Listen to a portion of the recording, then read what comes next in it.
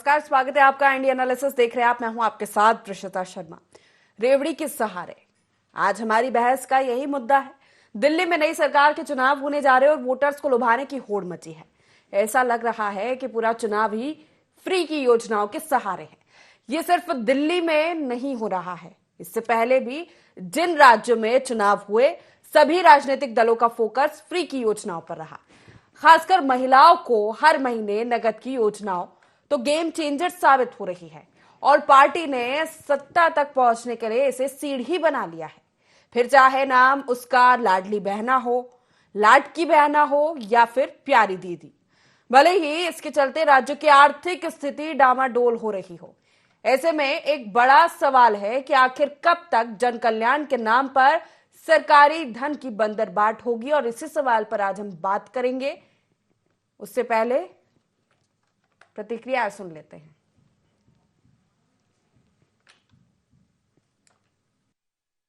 अब वो समय आ गया है कि 5 तारीख को आपका फैसला आएगा, हमारी सरकार बनेगी और प्रथम कैबिनेट में हम आयुष्मान भारत केंद्र सरकार की लागू करेंगे 51 लाख लोगों पर, और उसके साथ साथ 5 लाख रुपए का एडिशनल हेल्थ कवर देंगे। उसको भी हम बताना चाहते हैं। प्रधानमंत्री वय वंदन योजना का 5 लाख रुपए, जिनकी उम्र 70 साल से टिल डेथ उनको 5 लाख रुपए, और उस पर दिल्ली सरकार 5 लाख रुपए और जोड़ेगी, तो उनको भी 10 लाख रुपए का एडिशनल बेनिफिट दिया जाएगा। ये केजरीवाल की आपदा सरकार, ये जन विरोधी सरकार, ये दिल्ली वासियों की विरोधी सरकार ने इसको लागू करने से दिल्ली जनता को वंचित रखा है। समय आ गया है कि बीजेपी की सरकार 5 तारीख के बाद प्रथम कैबिनेट में इसको लागू करेगी। तो सवाल अब यही उठ रहा है कि चुनावों में जिस तरह से फ्री की योजनाओं का बखान किया जा रहा है, ये चुनावी रिश्वत से ज्यादा और कुछ नहीं है। जैसे जन कल्याण का नाम दे दिया जाता है, सशक्त या स्वावलंबी बनाने का नाम दे दिया जाता है। दिल्ली में विधानसभा चुनाव है, सभी राजनीतिक दल अपनी अपनी तैयारियों में जुटे हुए हैं। सबके वादे, चुनावी वादे, संकल्प पत्र भी सामने आ रहे हैं। भाजपा ने अपना संकल्प पत्र जारी किया, जिसमें महिला समृद्धि के तहत 2500 रुपए दिए जाएंगे महिलाओं को। गैस सिलेंडर पर 500 रुपए सब्सिडी दी जाएगी। होली दिवाली पर एक सिलेंडर फ्री दिया जाएगा। गर्भवती महिलाओं को 21,000 रुपए दिए जाएंगे। सीनियर सिटीजन को 2,000 से 2,500 की पेंशन। 70 साल से ज्यादा वाले विधवाओं, दिव्यांगों को 3,000 रुपए। 70 वर्ष से अधिक उम्र के बुजुर्गों को भी 10 लाख का स्वास्थ्य बीमा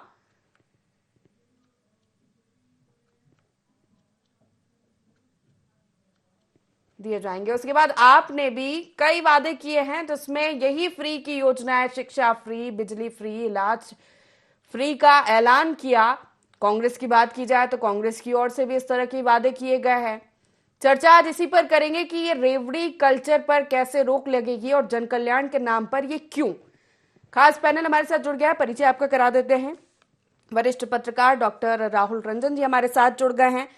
बीजेपी से मीडिया पैनलिस्ट प्रियंका दुबे हमारे साथ जुड़ गई हैं, दोनों का स्वागत है। कांग्रेस से मध्य प्रदेश सचिव पवन पटेल जी हमारे साथ जुड़ेंगे। शुरुआत राहुल जी आप ही से करना चाहूंगी।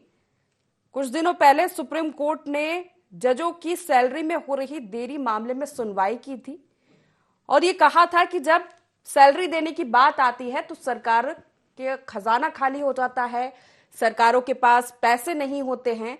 लेकिन चुनावों के समय जब फ्री में पैसे बांटने की बात हो या इस तरह की रेवड़ी कल्चर या फ्री बीज योजनाओं की बात हो तो सरकार के पास पैसा होता है। ये सभी राजनीतिक दलों के लिए कहा था, चिंता जताई थी उन्होंने इस रेवड़ी कल्चर पर।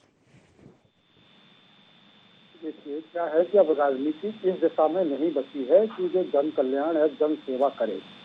अब राजनीति जिस दिशा में बढ़ रही है वो है कि फ्री की चीजें आप उपलब्ध कराइए। अब देखिए क्या हो रहा है कि हर वर्ग के लोगों को फ्री चीजें दी जा रही हैं, चाहे महिलाओं को लेकर हो जाए, युवाओं को लेके हो, वृद्धों को लेकर के हो, महिलाओं को लेके हो।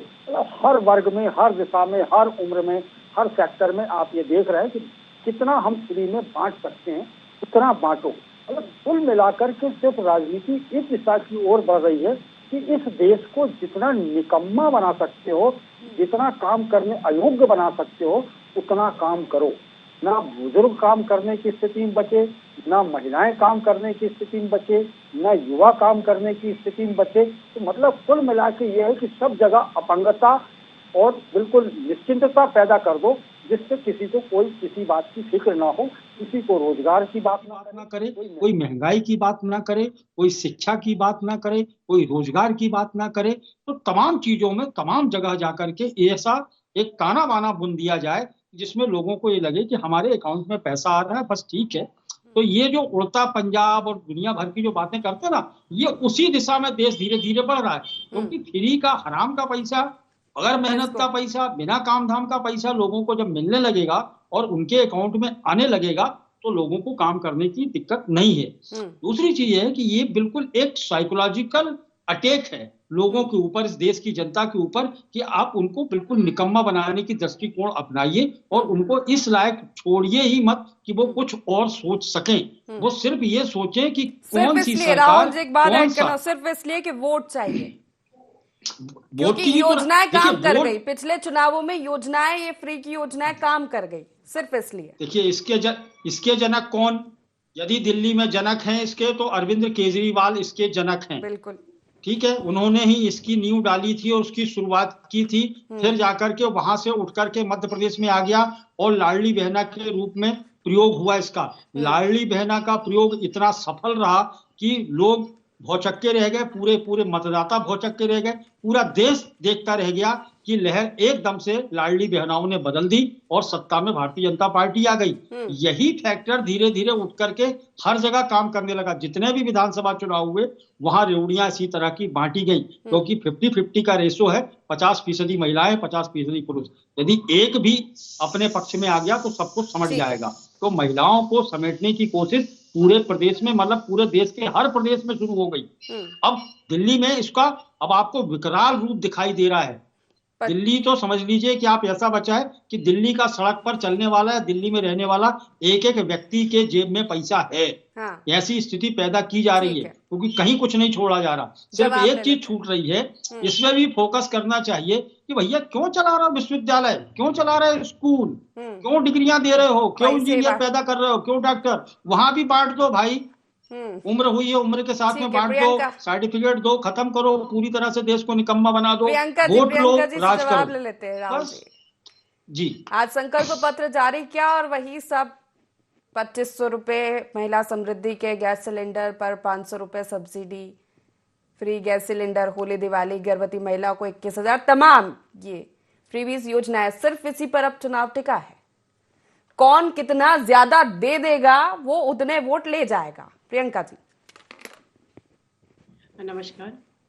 ये जो विषय है वैसे जन कल्याणकारी योजनाओं को लेकर के है, लेकिन उसको जिस तरह से माननीय ने प्रस्तुत किया राहुल रंजन जी ने, वो एक नैरेटिव, वो प्रोस्पेक्टिव हो सकता है और इसका भी एक प्रभाव निश्चित तौर पर समाज पे पड़ रहा है। इससे मैं उनकी बातों से कुछ हद तक तो सहमत हूँ कि इसका जो उपयोग होना चाहिए था, वास्तविक तौर पे फ्रीबीज योजनाएं जिन लोगों तक जिस तरीके से पहुंचनी चाहिए और जिनका वास्तविक तौर पे उस पर लाभ हो रहा है, जिसमें अगर हम बात करें वो बहनें जो किसी तरह से सक्षम नहीं हो पाती हैं कमाने के लिए, या किसी तरह से सक्षम नहीं हो पाती हैं अपना खुद का परिवार को संचालित करने के लिए, या कोई और उनकी दूसरी भी परेशानियां होती हैं, उन जैसों तक ये पहुंचने के स्थान पर जब इसका मिसयूज होता है या किसी कैटेगरी वाइज होता है तो डेफिनेटली वो जो है वो समाज को एक अपंगता की ओर और एक निकृष्टता की ओर, या हम कह सकते हैं उदासीनता की ओर ले जाता है।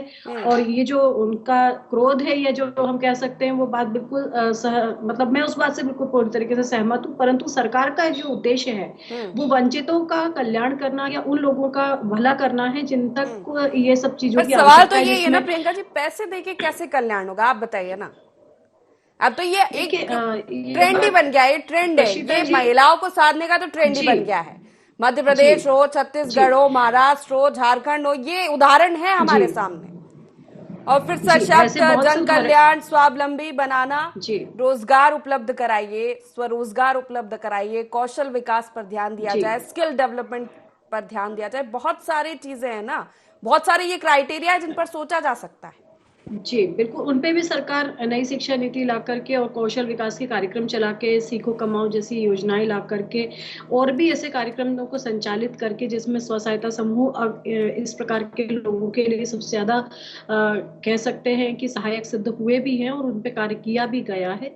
परंतु जिन बहनों की या जिन लोगों को देख कर के योजनाएँ लाई जाती हैं या जिनके आधारित ये सर्वे करवा कर के जब ये योजनाएँ डिज़ाइन की जाती हैं, तो स्पेशली उसमें उन लोगों का ज़िक्र होता है या वो बहनों का बहुत बड़ा ग्राफ देखने को मिलता है प्रेषिता बहन की जिन्होंने कभी या तो प्रशिक्षण नहीं लिया या जिन्होंने कभी 10 रुपए जैसी चीज के लिए भी परेशानी का सामना करना पड़ा है, कभी अपने स्वास्थ्य के कारणों से के लिए भी, दवाई के लिए भी कई ऐसे घर आपको देखने को मिल जाएंगे ग्रामीण अंचलों में जहां 10 रुपए के लिए भी उनको पति के ऊपर निर्भर होना होता है और उसके लिए भी उन्होंने कहीं ना कहीं एक प्रताड़ना का या किसी प्रकार से हैरेसमेंट को झेला है।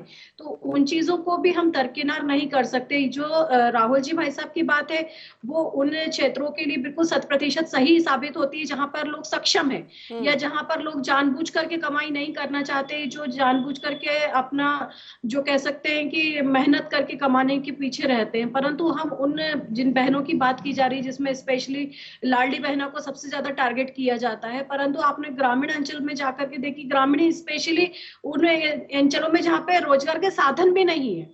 जैसे आप कह रहे हैं कि कमाना चाहिए, खाना चाहिए, कई ऐसे गांव हैं जहाँ पे खेतों में लोग काम करते हैं और पूरे ठेके पे जाते हैं, परिवार सहित काम करने के, कहीं पानी देने का ठेका दिया जाता है, कहीं किसी प्रकार का। तो उन जैसी बहनों के बारे में अगर जब आप देखेंगे और ग्राउंड पे जाकर के उनकी समस्याओं को जब महसूस करेंगे तब आपको लगेगा कि योजनाएं किन के लिए बनाई गई। परंतु ये बात बिल्कुल सत्य है, मैं इस बात को भी बिल्कुल सहमत हूँ कि जिन तक ये पहुंचना चाहिए था उन तक अभी पहुंचना बाकी है और उनके लिए सरकार प्रयास कर रही है। पवन जी, कांग्रेस ने भी महिलाओं के लिए वादे, तमाम वादे किए ये योजनाओं को लेकर मैं बात करूं तो।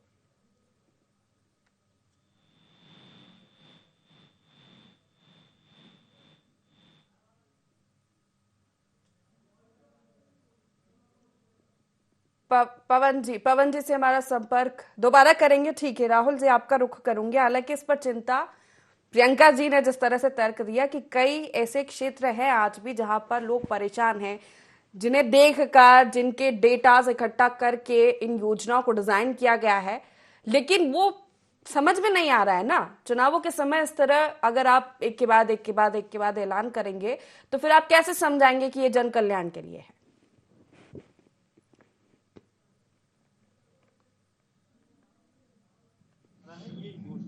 प्लान और इसकी प्लानिंग, इसका ब्लूप्रिंट इस तरीके से तैयार किया जाता है कि सरकार हमारे पास आ जाए। आपको जन कल्याण से मतलब नहीं। 70 सालों में इतनी सरकारें बनी, इतनी सरकारें मिट गईं, आखिरकार सरकारें काम तो जन कल्याण के लिए ही कर रही थी। वो जन कल्याण जो 70 सालों में इस देश का नहीं कर पाए, तो क्या आप समझ रहे हैं कि अब जाकर के हो पाएगा? तो सीधे सीधे ये हो गया कि अब आपको वोट खरीदना है और वोटों की सीधे सीधे बोली लगानी है। वो दौर निकल गया जिस दौर में ये होता था कि जब चुनाव आते थे तो किसी ने साड़ी बांट दी, किसी ने छाता बांट दिया, किसी ने कुछ दे दिया, तो ऐसे छोटे मोटे जो उपहार होते थे ये लोगों को मिल जाते थे, तो वोट हो जाता था। लेकिन अब जो नहीं, अब उन पर तो कार्रवाई होती है, जो ये बांटेगा उन पर कार्रवाई होगी, लेकिन योजना के नाम पर अगर आप ये देंगे, ये तो लीगलाइज हो गया ना, ये लीगल फैक्टर हो गया। ये तो लीगल कर दिया गया है कि आपको लीगल हो गया। तो जहां बात हो रही है कि आपने हेल्थ बीमा की बात कर दी और तमाम तरह के बुजुर्गों को आपको देना, तो आप ये देखिए, एक तरफ सरकार ने पेंशन बंद कर दी, अब बुजुर्गों को आप पैसा दे रहे हो, ठीक है। एक तरफ आपने प्राइवेट जो स्कूल हैं और प्राइवेट शिक्षा संस्थान हैं और प्राइवेट मेडिकल्स हैं, अस्पताल हैं, ये तो भव्य होते चले गए। आपने इंश्योरेंस यहाँ 25 लाख का दे दिया। मतलब आप देखिए कि दोहरी किस तरीके से सरकारें चलती हैं और किस तरीके से योजनाएं बनाते हैं। मतलब एक तरफ आप विराट रूप करते जा रहे हैं और चिकित्सा का आप देखिए, आज की तारीख में कोई बीमार हो जाए और छोटे से हॉस्पिटल में प्राइवेट चला भी जाए ना, तो कम से कम 10 से 15 हजार का पर्चा फटता है। तो आपने कहां सुविधा की? मेडिकल आपको महंगा हो गया, अब आपने इंश्योरेंस 25 लाख का कर दिया, आयुष्मान आपने कर दिया। मतलब कुल मिलाकर ये कि जिन सेक्टर्स को आप संभाल सकते थे वो सेक्टर सरकारों से नहीं संभले। ना शिक्षा संभली, ना रोजगार संभला, ना चिकित्सा संभली, कुछ नहीं संभला आपसे। जब नहीं संभला तो आपने कहा कि अब विस्फोट होगा मतदाताओं का, तो इससे बढ़िया ये है कि इनके मुंह में पैसा डालो, इनकी जेब भरो और इनकी वोट ले लो। ठीक। तो इनको एक व्यवस्था कर दी गई है कि आपको भैया अब तो जो लीगल है, अब तो सब हर याद महीने आएगा। मिलते पवन जी अब रहेंगे हमारे साथ पैसे जुड़ गए, और चलते पवन जी से रहेंगे। प्रतिक्रिया ले लेते। पवन जी। जी देखो, राजीव रंजन जी से मैं पूरी तरह से सहमत हूँ। बहुत एकदम सही बात कर रहे हैं कि ऐसी चीजें हो रही हैं जो नहीं हाँ। होनी चाहिए। हम्म। और ये बात भी सही है, दोनों सिक्के के अगर पहलू को देखेंगे तो ये बात भी सही कि कोई ना कोई हर वर्ग में एक ऐसा तबका रहता है जिसको किसी न किसी तरह की मदद की जरूरत होती है, किसी न किसी तरह की आवश्यकता होती है कि सरकार उसकी मदद करे। लेकिन सबसे बड़ी यहाँ पे सोच वाली बात होती है कि चाहे हम सर्वे के नाम पे, जैसे आदरणीय प्रियंका जी अभी सर्वे की बात कर रही थी, आपने देखा होगा कि चुनाव के पहले जब लाडली बहना का सर्वे हो रहा था तो पहले लाडली बहना को अलग कर दिया, फिर जिनके पास 4 पहिया वाहन उनको अलग कर दिया, फिर इनका ग्राफ आया कि वोट अभी भी नहीं मिल पा रहे हैं तो कहीं जिनके पास ट्रैक्टर उनको भी ऐड कर दो, सबको ऐड करते गए चुनाव तक किसी तरह से वोट मिले। अब चुनाव जीतने के बाद अब उनको फिर बोल रहे हैं कि ये पात्र नहीं, करोड़ों लाडली बहनों को आउट कर दिया। और अभी परसों नरसों के पेपर में था कि कितने हजार करोड़ रुपए डाला गया, लेकिन लाडली बहना बोल रही कि हमें पैसा मिला नहीं। कई सारी लाडली बहनाओं के नाम सहित पेपर में छपा जिन्होंने बोला कि हमें पैसे मिले ही नहीं।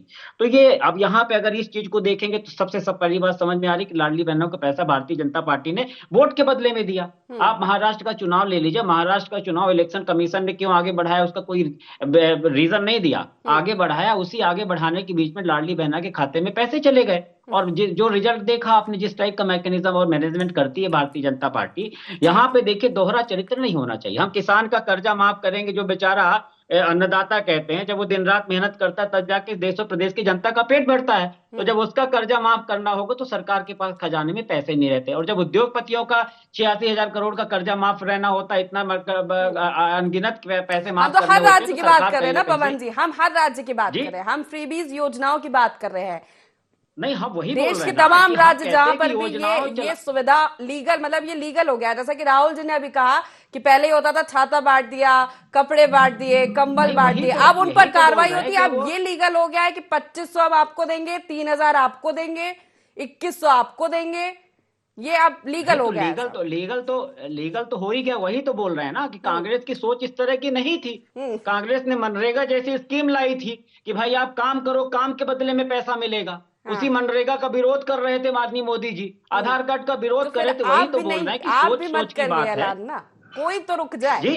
कोई तो दल रुक जाए नहीं, कि नहीं हम फ्रीबीज योजना नहीं देखिए, देंगे। हम हमेशा फ्री के चक्कर में कभी नहीं। हमेशा मानना है कि जो जरूरतमंद तबका होता है उसको कुछ ना कुछ आवश्यकता देनी पड़ रही है, देनी पड़ेगी, ये एकदम सत्य है। लेकिन हम ऐसा नहीं, हमारे देखिए हर पार्टी का एक सिस्टम होता है, मैकेनिज्म होता है कि हम किस तरह से फंड जनरेट करेंगे। ऐसा फंड नहीं होना चाहिए कि रोज 5-5 हजार का कर्जा हर महीने ले लो और लाडली बहना को देते जाओ। ये कोई अचीवमेंट नहीं है भारतीय जनता पार्टी का, ये कोई मोदी जी के नेतृत्व का चमत्कार नहीं है। हम कहते हैं आप फंड जनरेट करिए, रोजगार के अवसर उपलब्ध कराइए। भाई आपने मध्य प्रदेश में देखिए 75 तरह के रोजगार आए, सीएम फलाना फंड, सीएम फलाना फंड, सीएम फलाना स्कीम, उसी तो को फिर नाम बदल हिमाचल बदल भी के उदाहरण, पैकेज करके किया। हिमाचल प्रदेश की भी बात करेंगे फिर हम पवन जी, जहां पर नहीं तो हम सैलरी तो नहीं वही तो मिल बोल रही रहे हैं है। ना, हम यही बोल रहे हैं हमारा तो ये मेरा जनता के यही बोल रहे सामने हैं होना राजू। चाहिए। निश्चित ही चुनाव आयोग ने भी इस पर कहा कि अगर आप दे रहे हैं, चुनाव आयुक्त ने कहा प्रेस कॉन्फ्रेंस के दिल्ली चुनाव का ऐलान किया कि अगर आप दे रहे हैं तो ये जनता को मालूम होना चाहिए कि ये पैसा आ कहां से रहा है।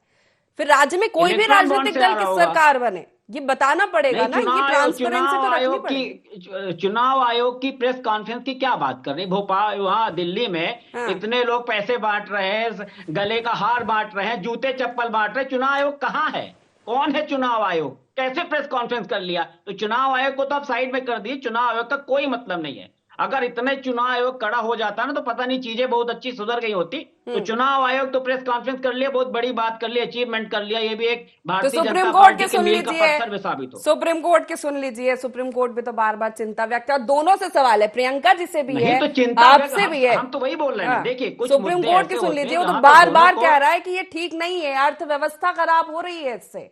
अरे ठीक नहीं तो डिसीजन सुना दे, कोई भी पार्टी ना करे ना, ये तो गलत बात है ना कि जो सत्ता में है जनता के खून पैसे की कमाई बेच बेच करके वोट खरीदते रहो और बाकी क्या करें बेचारे, बाकी क्या करना चाहिए। इनमें निष्पक्ष चुनाव तो कराने की प्रियंका जी जवाब देंगे। भारतीय जनता पार्टी की, देखिए भारतीय जनता पार्टी की फितरत, मैं तो हमेशा कहता हूं कि जैसा राजीव रंजन जी ने बोला मैं भी उसका समर्थन करता हूं, नहीं होना चाहिए, सर्वे के आधार पर होना चाहिए। कुछ परसेंटेज लोग तो आज भी हैं जिनको जरूरतमंद है आप गैस 1200 रुपए लाडली बहनों को 3000 दे के फिर 1200 रुपए देते जाओ और गैस सिलेंडर महंगा कर दो, तो 1200 रुपए तो कहाँ लग गए पता ही नहीं पड़ा, बिजली का बिल कहाँ चला गया पता नहीं पड़ा। तो चिंता का विषय यही जो राजू रंजन जी बोल रहे थे। प्रियंका जी आज मुस्कुरा रहे हैं बहुत, आज आप कुछ बोलेंगे बताइए। आप बार बार प्रियंका जी कह रही पवन जी चुप हो तो प्रियंका जी बोले। मुझे बड़ा अच्छा लगा कि राहुल पवन जी ने आते से कहा मैं राहुल जी से सहमत हूं, तो मुझे याद आया कि आप लोग की आदत है कि राहुल जी से सहमत आपको होना पड़ता है। वो बात अलग है कि वहां राहुल गांधी जी होते हैं और यहाँ राहुल रंजन जी है, तो सहमत होना तो आपकी पार्टी का धर्म है। नहीं, लेकिन हम बहुत गंभीर विषय पे बात कर रहे हैं। देखिए दोनों ही राजनीतिक है, कोई भी राजनीतिक दल, बहुत गंभीर विषय है। बहुत अच्छे से आपको मध्य प्रदेश का इलेक्शन अगर थोड़ा सा याद हो तो मैं थोड़ा सा आपको याद दिला दूं। नारी सम्मान निधि के फॉर्म भराने लग गए थे जबकि लोग सत्ता में नहीं थे। बाद में ये कहा गया कि सीएम सर ने अनाउंस कर दिया लाडली बहना योजना, उन्होंने कहा लाडली बहना अनाउंस कर दी है लेकिन धरातल पर नहीं आएगी, उसके लिए विपक्ष ने सवाल खड़े करे। फिर जब वो धरातल पर आ गई तब सवाल ही खड़े हो गए कि अरे आपने हमारी योजना चुरा ली। तो अब यहाँ पवन भाई जो कह रहे हैं तो पहले अपनी पार्टी की लाइन तय करें कि वो क्या चाहते हैं। हम अप्लाई कर देते हैं तो आपके पेट में दर्द होता है, हम अप्लाई नहीं कर रहे थे तो आप उसका हल्ला मचा रहे थे। अब आप खुद ही मध्य प्रदेश में कहते हैं, आपके जीतू पटवारी कहते हैं कि आप 3000 रुपए कब देंगे, कहते हैं या नहीं कहते ये बताइए। तो पहले पवन पटेल जी अपनी पार्टी की लाइन तय करें कि जीतू पटवारी जी 3000 रुपए दिलवाना चाहते हैं बहनों को अथवा नहीं दिलवाना चाहते हैं, ये पहले तय कर। आप तो हर मंच पे हमसे यही सवाल करते हो कि आप 3000 कब दोगे, आप 3000 कब दोगे। तो आपकी बातें मुझे ज्यादा खोखली नजर आ रही है। बनस्पत आप प्रवक्ता बन के यहाँ समाज की जो बात कर रहे हैं वो उससे मैं सहमत हूँ कि समाज की दृष्टिकोण आप जो बात कर रहे हैं, मैंने स्पष्ट तौर पे वो बात रखी। परंतु जो सिनेरियो आपका ग्राउंड पे नजर आता है, आपके प्रदेश अध्यक्ष जो बोलते हैं और या जो आपके बड़े प्रतिनिधि बोलते हैं, महाराष्ट्र में भी यही हुआ, दूसरे बहनों की चर्चा भी जैसे प्रशीता बहन ने करी कि दूसरे राज्यों में भी आपने इस प्रकार से किया। तो पहले आपकी पार्टी की लाइन तय करिए कि 8,500 रुपए तो आपने लोकसभा में भी अनाउंस करे थे, जहां पे बहनों ने जाके आपके कार्यालय तोड़ फोड़ दिए कि आपने 8,500 रुपए नहीं दिए उनको। तो आप लोग पहले तय करिए। अगर हम 2,500 कहते हैं तो आप 3,000 कहते हो, हम 3.5 कहते हैं तो आप 4.5 कहते हो। आप लोग तो बोली लगा के रख दी है। तो पहले ये तय करिए, हमें घेरिए, बिल्कुल घेरिए। पहले अगर घोषणा कर दी तो उससे बढ़ाकर ही दिया जाएगा, परंतु पहले अपनी पार्टी की लाइन तय करिए। ठीक है, आप पवन जी भी मुस्कुराकर जवाब देंगे। अब मैं ये कह रहा हूं कि 3000 कब दिलवाओगे। आपने तो वचन पत्र दिया था ना, उसमें बतौलेबाजी तो की थी ना आपने कि 2700 रुपए क्विंटल गेहूं खरीदेंगे। तो जीतू पटवारी बोल रहा कि आपने बोला था क्यों नहीं खरीद रहे, मुस्कुराने की बात नहीं है। आपने 2700 रुपए क्विंटल में गेहूं खरीदा क्या?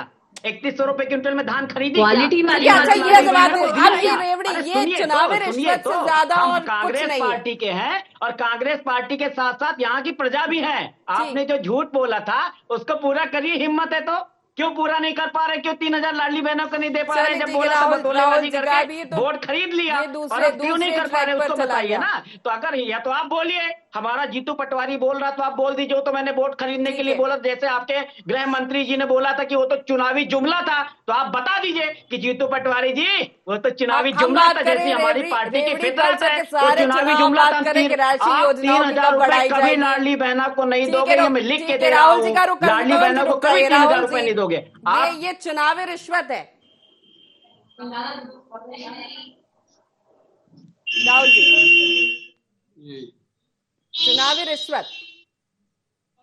रिश्वत ही है ये। देखिए हम बताएं आपको क्या है कि एक फिसलन भरे रास्ते पे सारे राजनीतिक दल चल रहे हैं और वो फिसलते जा रहे हैं। आप ये कहिए कि किसी के भी पैर टिके हुए हैं, नहीं टिके हुए। कांग्रेस बोलती है, मान लो भारतीय जनता पार्टी ने 1500 बोला तो उसकी बोली कांग्रेस लगाती है 2000 की बोली जैसी लगाई तो आप खड़ा हो जाता, वो बोलता नहीं हम 2500 देंगे। तीसरा और दल खड़ा हो जाएगा, वो कहेगा हम 3000 देंगे। मतलब आप ये देखिए कैसी बोलियां लग रही है राजनीति में एक वोट की। मतलब एक जमाने में 100 रुपया 200 रुपया बहुत भारी पड़ते थे, आज तो भैया 2,500 3,000 3,500 कितनी बोलियां लग रही है। मतलब आप ये देखो कि किस तरीके की ये लोग उलट फेर करते चले जा रहे हैं, मतलब बोलियां लगा रहे हैं। कोई कह देगा कि हम 1000 रुपए देंगे, दूसरा आके खड़ा हो जाता हम 1200 देंगे, तीसरा 1500। तो ये क्या तमाशा मचा हुआ है। तो देखिए है क्या राजनीति में, सिर्फ ये हो गया कि सबके सब जितने भी राजनीतिक दल इस देश में काम कर रहे हैं तो सब एक ही तरह के भूख इनके पास है कि जो सत्ता किसी भी तरह से हमारे नियंत्रण में रहे, हमारे कब्जे में रहे। जनता को ये पूरी तरह से मूर्ख समझ चुके हैं, या ये समझ चुके हैं कि इनको इस तरीके की टॉनिक या इस तरीके की गोली दी जाए जिससे ये निश्चेत हो जाए, इनकी सोचने समझने की क्षमताएं खत्म हो जाए। निश्चित ही जिसको जरूरत है वो तो लेगा और फिर वोट भी करेगा, लेकिन ये बिल्कुल ठीक नहीं है जिस तरह से सुप्रीम कोर्ट भी कई बार चिंता जता चुका है, अर्थव्यवस्था इससे खराब हो रही है, चिंता है, कर्ज बढ़ रहा है, ये जनता को तो स्पष्ट करना ही पड़ेगा। समय की कमी है। आप तीनों मेहमानों का बहुत शुक्रिया हमारे साथ इस चर्चा में शामिल होने के लिए। देखना होगा कि क्या वाकई में अब फ्री बीस पर ही सारे चुनाव टिके हैं, क्योंकि होड़ तो यही है, बोली इसी तरह से लगती है। अगर पहले कोई योजना की घोषणा कर दे तो वो राशि बढ़ाकर दूसरा दल उसकी घोषणा करता है और फिर उसको जन कल्याण का नाम दे देता है। लेकिन क्या वाकई में जन कल्याण है, ये जनता को भी समझने की जरूरत है। एनालिसिस में फिलहाल इतना ही। बने रहिए IND24 के साथ। नमस्कार।